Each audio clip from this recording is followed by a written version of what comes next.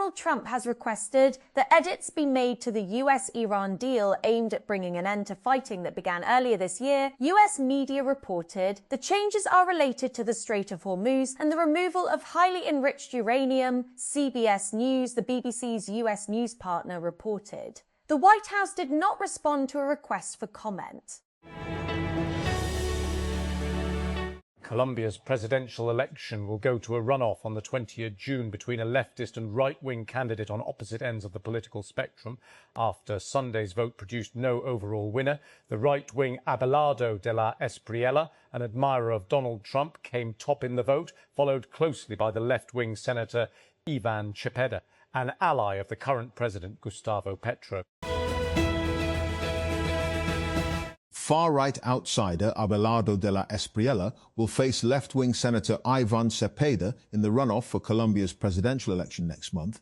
After polls closed on Sunday, the two candidates quickly surged ahead in the vote tally, extinguishing the hopes of right-wing Senator Paloma Valencia, a former frontrunner.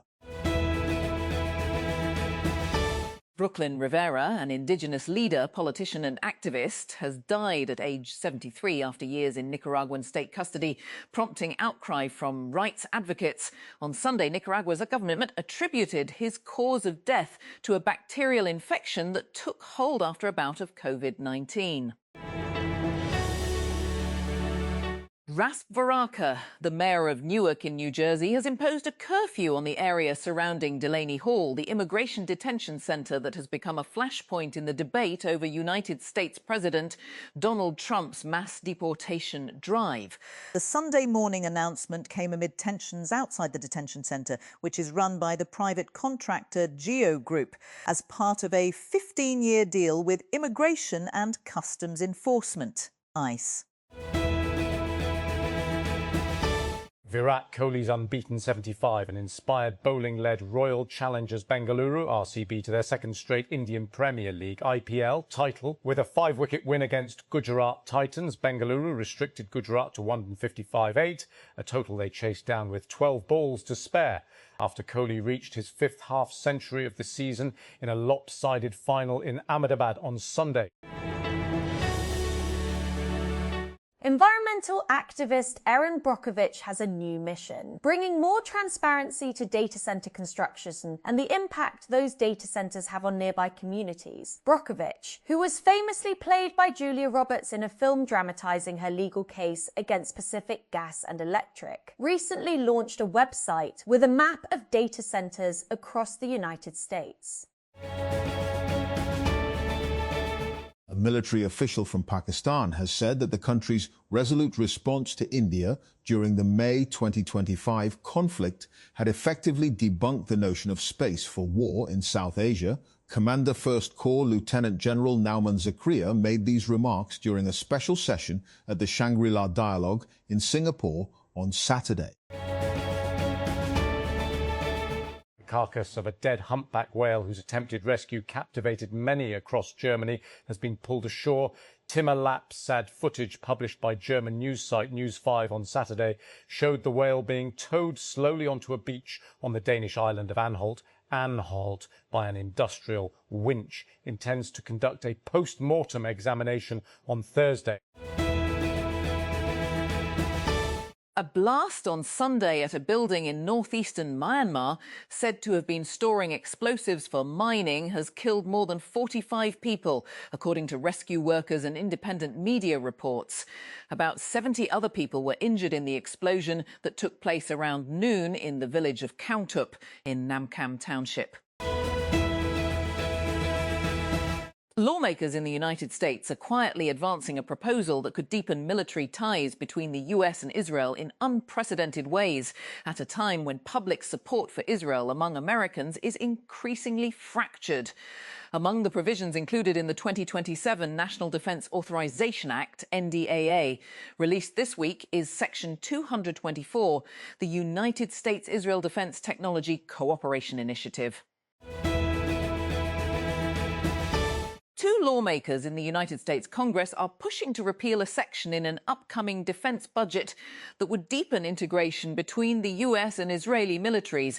Their effort comes amid outcry against the latest draft of the annual National Defence Authorization Act, NDAA, a bill that sets the budget for the US military.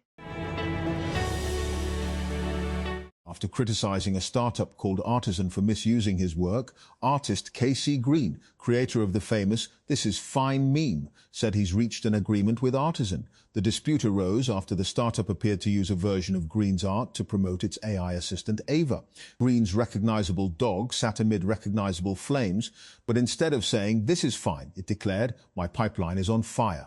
Well, Kine is on fire, while the ad urged people to hire Ava the AI BDR. The YouTube to Prestige horror pipeline is looking very strong this weekend. Taking the #1 spot at the box office is Backrooms, a feature film expansion of Kane Parsons' series of YouTube videos featuring eerie found footage of a mysterious office space drawn from a 4chan thread that defies physics. Rawalpindi, Islamabad. 6,000 Punjab police personnel are being deployed in Gilgit-Baltistan ahead of the June 7 election. It emerged on Sunday as the PTI reiterated its allegations of pre-poll rigging. Punjab authorities had initially approved the deployment of 5,000 personnel to GB and later gave the nod for the deployment of 1,000 more police personnel. A military official from Pakistan has said that the country's resolute response to India during the May 2025 conflict had effectively debunked the notion of space for war in South Asia. Commander First Corps Lieutenant General Nauman Zakaria made these remarks during a special session at the Shangri-La Dialogue in Singapore on Saturday.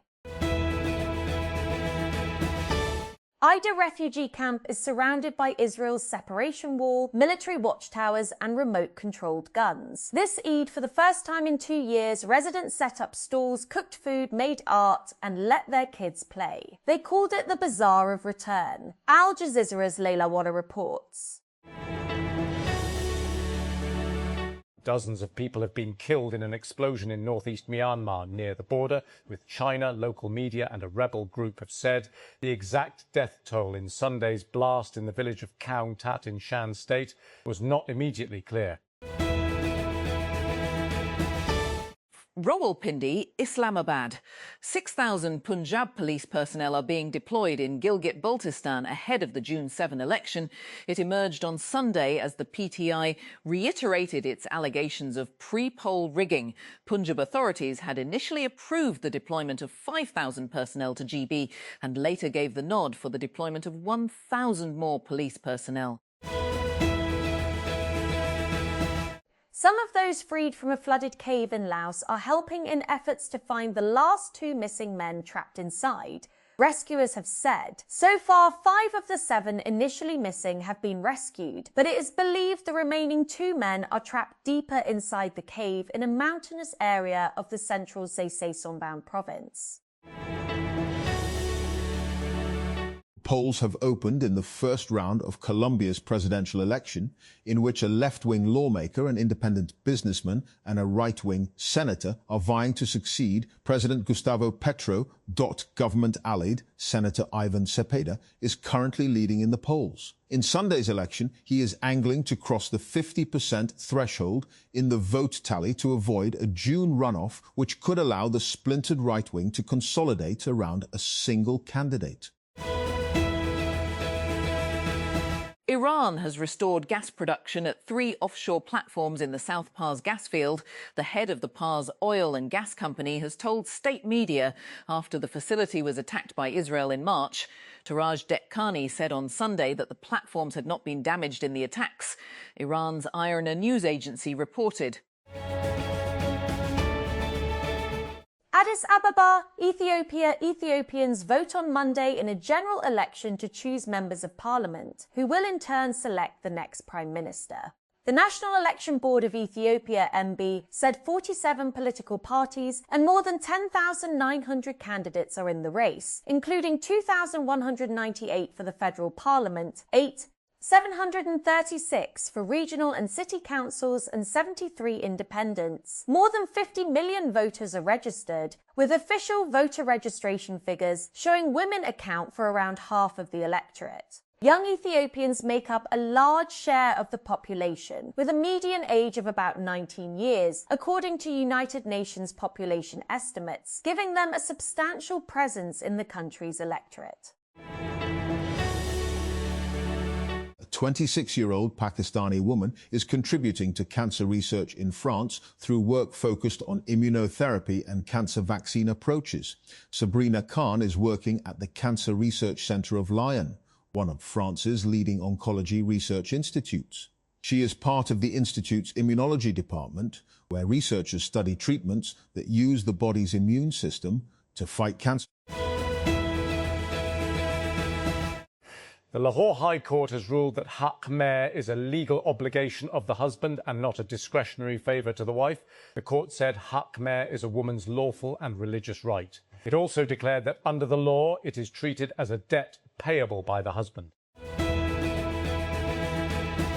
Islamabad, Power Minister Awais Leghari said on Sunday that there had been no sufficient outcome of talks to secure discounts from Chinese power producers thus far, unlike over threes. 5 trillion in savings secured through revised agreements with other independent power producers, IPPs, and public sector plants. In March, the government had informed a parliamentary panel that about 5 TR in savings had been secured through revisions to power purchase agreements with 29 private and some state-owned power plants, spanning their 3 to 20-year terms. Tehran. Iran authorities in Iran have reinstated some internet access 3 months the start of the war with the United States and Israel, but restrictions remain in place for most people. The Iranian government said last week that it had started a process to bring their internet access back to a pre-war level, which was already very restricted as Iran was at the time off an earlier 20-day shutdown imposed during deadly nationwide protests in January. San Francisco, California, a free-for-all primary has put Democrats at risk of being shut out of the race for governor in an otherwise safe state.